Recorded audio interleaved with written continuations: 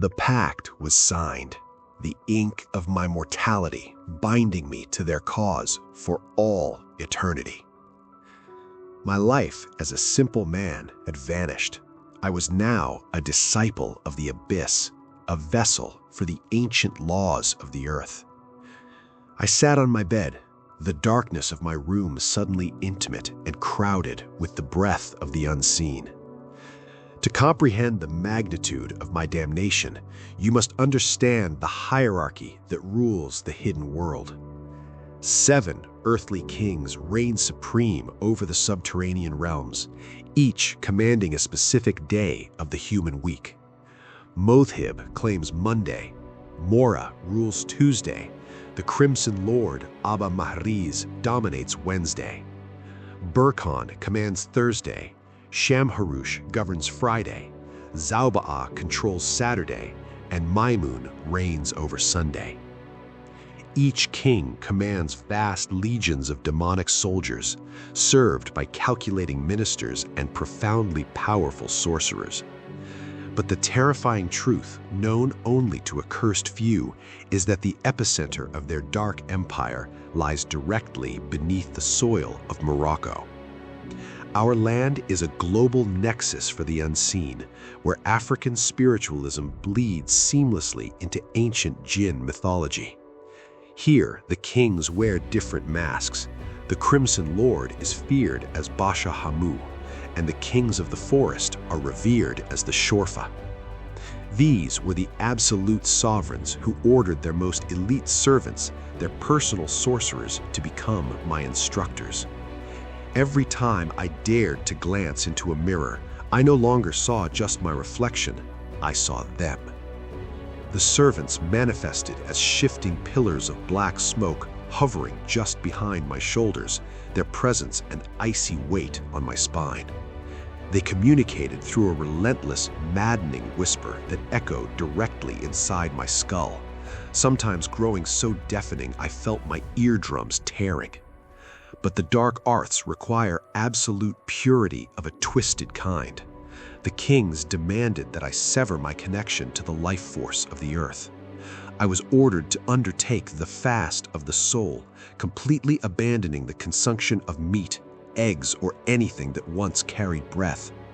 My education occurred strictly in the dead of night, while the human world slept in blissful ignorance of the horrors surrounding them. I would light a candle matching the color of the king ruling that specific day, and the corresponding servant would materialize to instruct me. The first forbidden science I mastered was the art of summoning, a complex and highly volatile branch of terrestrial magic. I had to meticulously memorize the exact incense, herbs, and phonetic incantations required to tear the veil and pull specific entities into our realm. Each demon possessed a unique specialty. Some inflicted madness, others wove intricate curses, and some acted as spectral spies, gathering secrets from afar. But summoning is a transaction of blood and intent. For every command I issued, the demon demanded a dark tribute in return. Beyond summoning, I was taught the astrology of the abyss, how to read the stars, not for guidance, but to pinpoint the exact vulnerabilities in a person's soul. By calculating a victim's planetary alignment, I could forge curses that bypassed all their natural spiritual defenses, striking them with lethal precision. The curriculum of the abyss was vast and terrifying. The manipulation of wealth, the extraction of cursed treasures, and the absolute destruction of one's enemies. It took 18 grueling months of nocturnal torment to absorb these sciences, 18 months that entirely stripped away my humanity. I realized that human malice is absolutely nothing compared to the engineered catastrophic destruction that a demonic sorcerer can unleash. Yet, despite the horrors I was learning, a dark, insatiable hunger grew within me, constantly driving me to seek even deeper, more dangerous knowledge.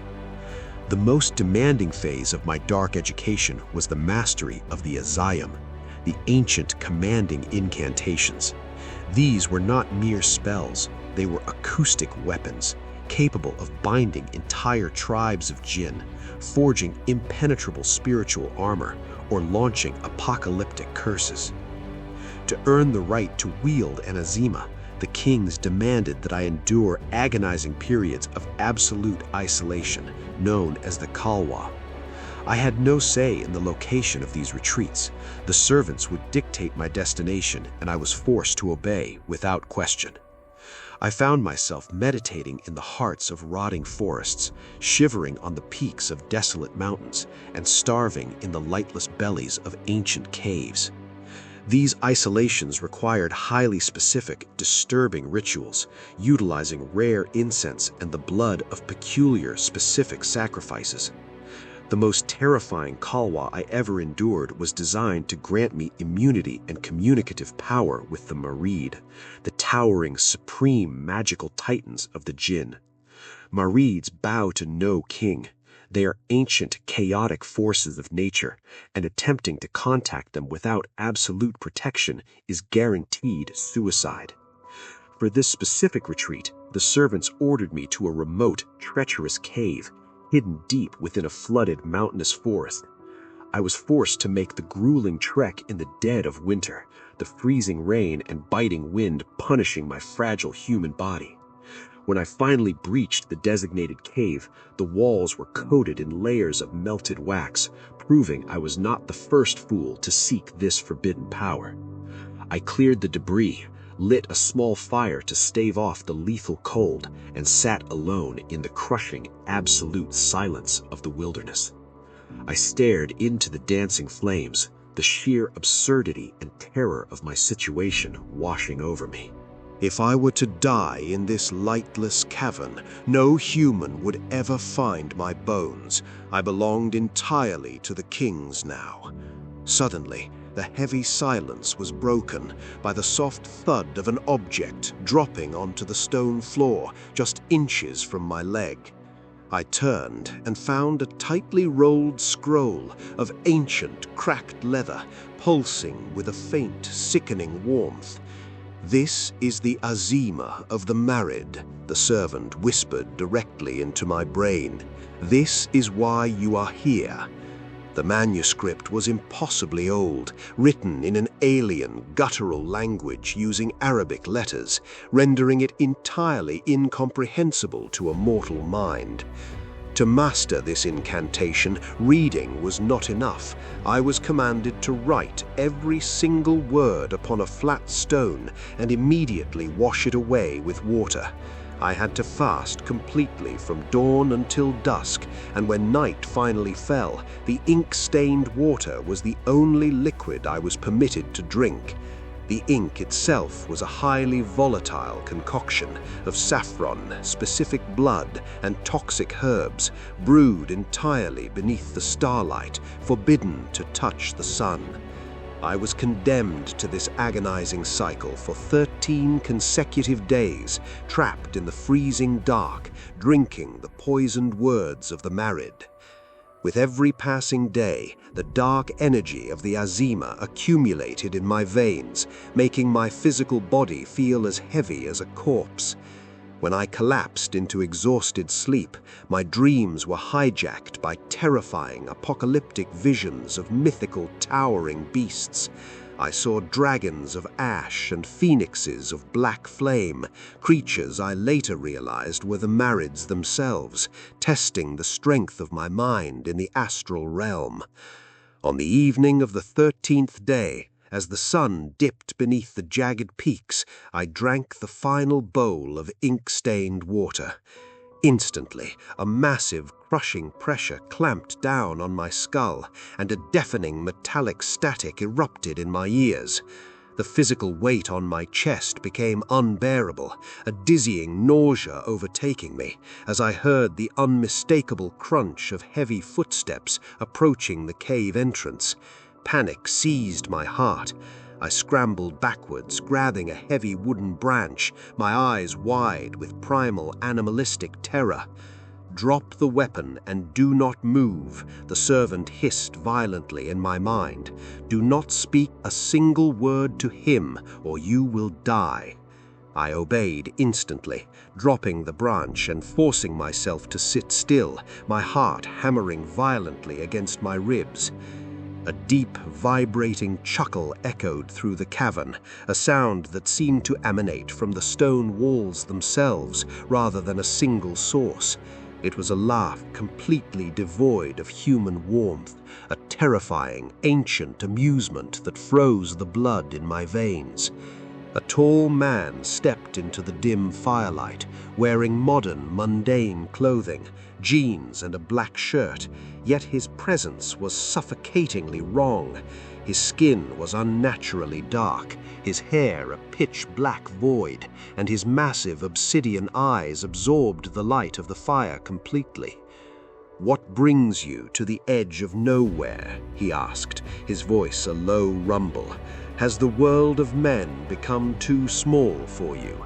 He smiled, a chilling expression that did not reach his void-like eyes, and slowly walked toward me, stopping just inches from my face. "You executed the Azima perfectly," he whispered, the sheer force of his aura making my vision blur. "You are very lucky you did not stumble." He crouched down, studying my face with predatory interest. "I know exactly what you are, Zouhri. You belong to the kings, but you are blind." He leaned in closer, his breath smelling of ozone and ancient dust. "When you finally wake up from this delusion, the price to return to the light will break you." Without waiting for a response, he stood up, turning his back to me and casually strolling out of the cave, back into the freezing rain. Just before he vanished into the dark, he spoke one final, maddening riddle. "Who you truly are, you will never find here." I sat in absolute shock, my lungs burning as I gasped for air, demanding the servant explain who that entity was. "That was a Marid," the servant replied, his mental voice laced with rare awe. "He did not kill you. The Azima is bound." I pressed the servant, begging for the meaning behind the Marid's final words, but I was met with total, impenetrable silence. The kings and their servants refused to explain the riddle, leaving the Marid's ominous warning to fester like an open wound in my mind. That halwa marked a terrifying turning point. I returned to the city wielding powers that made me an unparalleled master of magic among desperate men. I expanded my dark services, casting curses, breaking hexes, and manipulating reality for clients across the globe via the internet. The meager payments of my early days were replaced by massive, staggering sums of wealth, feeding a hollow, growing arrogance within me. My interactions with the servants became less frequent as my mastery grew, leaving me isolated in my own untouchable dark kingdom. I maintained strict boundaries with the human world, trusting only a man named Ziad, a fellow Zouhri, whose blood lacked the beacon of the kings. Ziad was obsessed with the buried, cursed treasures of Morocco, constantly begging me to use my powers to breach the ancient subterranean vaults. I consistently refused, knowing perfectly well that the guardians of the hordes are feral, unbound entities that bow to no king. A gold guardian cares nothing for earthly titles. If the gold is not destined for your bloodline, they will butcher you without hesitation. But Ziad's relentless greed eventually breached my defenses when he presented me with an ancient, crumbling manuscript written in Ottoman script. My eyes widened as I deciphered the text. It detailed the location of a royal hoard, but the gold was absolutely meaningless to me. The manuscript explicitly stated that the vault contained 3 original grimoires of Crusader magic, the most blasphemous, coveted texts in occult history. These were the very books the Roman Catholic Church had spent centuries hunting, burning, and locking away deep within the Vatican's crimson archives.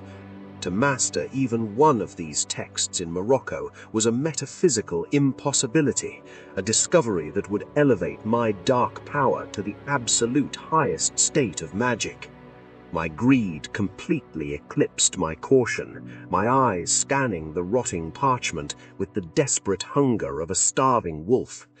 But the enthusiasm instantly died in my throat when I read the final requirement to open the vault. I read aloud, my voice dropping to a harsh whisper. The lock demands the blood of a sorcerer. It demands Zouhri blood. Ziad recoiled, his face draining of color, stammering apologies, knowing my absolute hatred for the exploitation of Zouhri blood in rituals. I threw the manuscript onto the table, a violent storm of greed and self-preservation tearing through my mind. I dismissed Ziad, ordering him to leave the document and return the next evening, my mind already calculating the risk.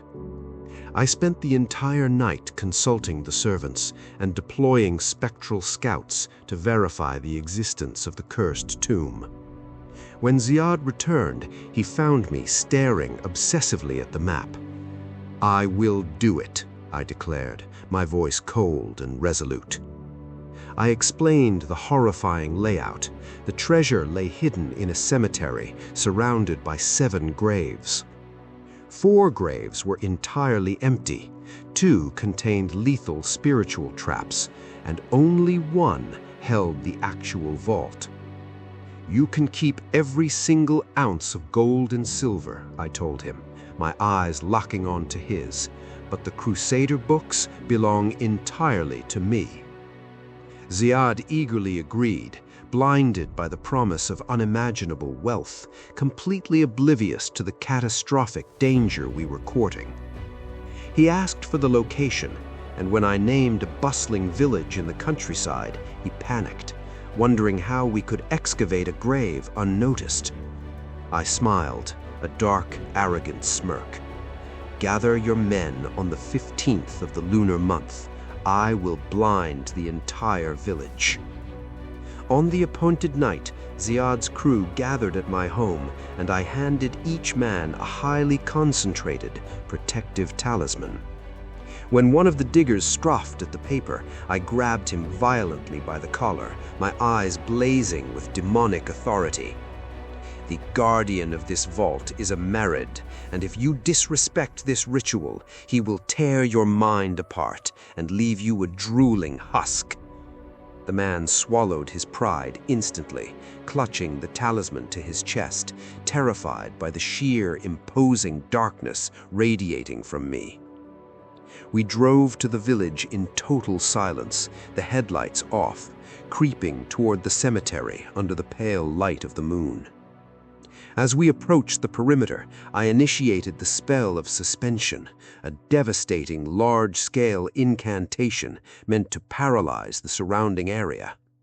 The servants chanted with me, their overlapping ethereal voices echoing in the minds of Ziad's terrified men. Instantly, the village went completely dead. The stray dogs stopped barking, the wind ceased, and a heavy, unnatural sleep crushed the inhabitants. We moved into the graveyard like ghosts, my spectral scouts guiding us directly to the single, correct tomb holding the treasure. I signaled the men, and they drove their pickaxes into the earth, moving the dirt with frantic, silent desperation. When their tools struck the heavy stone slab covering the vault, I ordered them to drop their tools and retreat immediately to the edge of the cemetery. "Do not approach the grave no matter what you hear," I warned Ziad, my voice trembling slightly. "If the Marid sees you, you are dead." I sat alone beside the exposed stone, taking the Ottoman manuscript and flipping it to the blank side. I drew a complex binding sigil, then took my golden dagger and sliced deeply into my own palm. As I squeezed my Zouhri blood onto the center of the parchment, the very earth beneath me began to violently tremble. A small fissure cracked open at the head of the grave, and a massive, terrifying black cobra, the royal Busteka, slithered out of the dark. I froze completely, recognizing the physical manifestation of the Marid, the ancient guardian of the Crusader texts. It raised its hooded head, its eyes locking on the bleeding manuscript, and lunged forward, drinking my Zouhri blood directly from the parchment. As it drank, the serpent began to expand grotesquely, its black scales shifting into a sickening, iridescent cascade of impossible colors.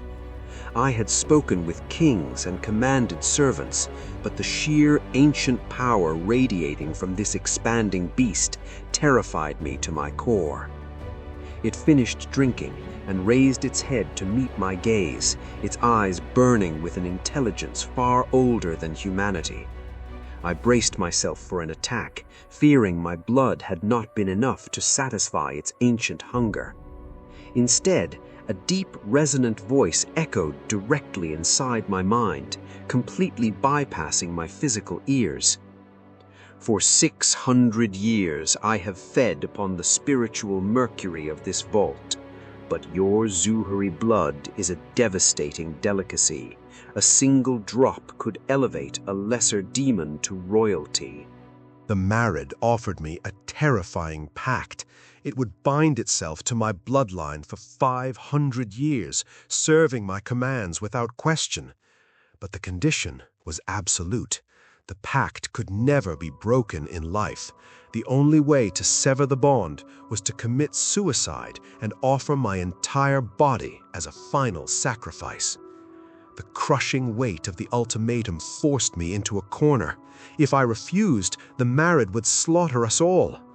I accept, I replied in my mind, sealing a covenant that would doom my descendants for half a millennium. Remember this choice, Zouhri, the Marid warned, its mental voice dripping with ominous pity. When you finally discover the truth of your existence, this path will break you. Before I could ask what truth he meant, the serpent lunged with lightning speed, sinking its fangs deep into my forearm. I gasped, jerking my arm back, but the serpent had completely vanished into thin air.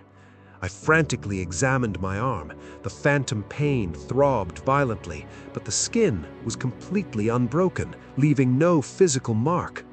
The bite was not a physical wound. It was the spiritual brand of the 500-year covenant.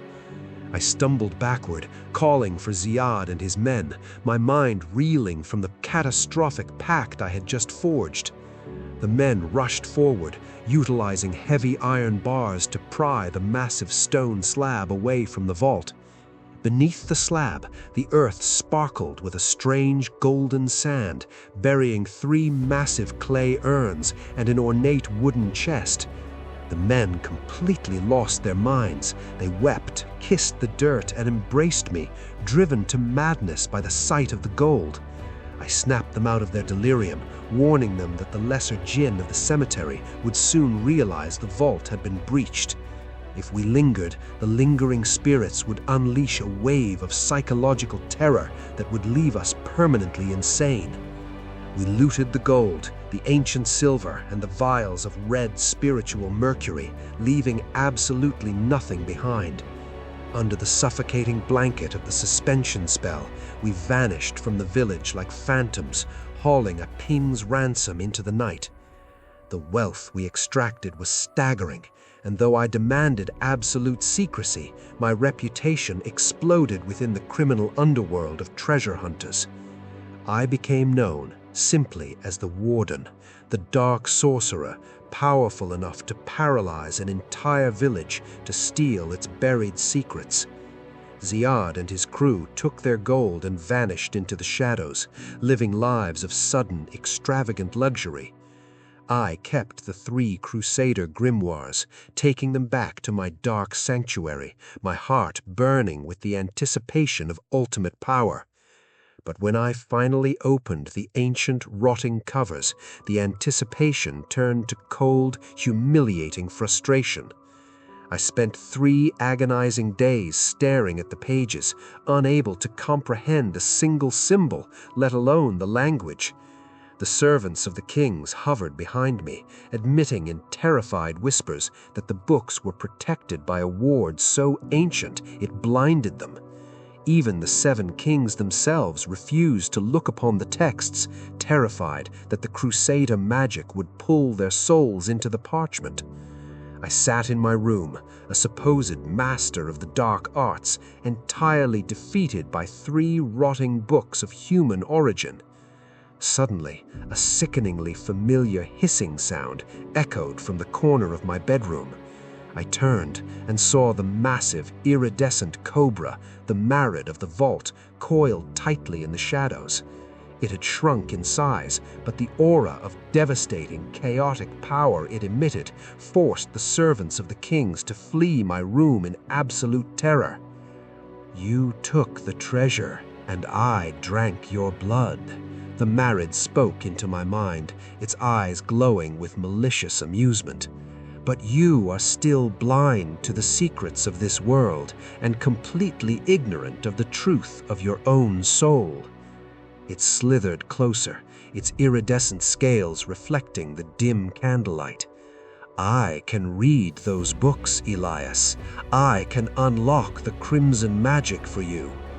The Marid raised its head, its gaze piercing directly through my mortal flesh, staring into the very core of my Zouhri essence. "I can show you the ultimate truth. I can show you exactly what you are."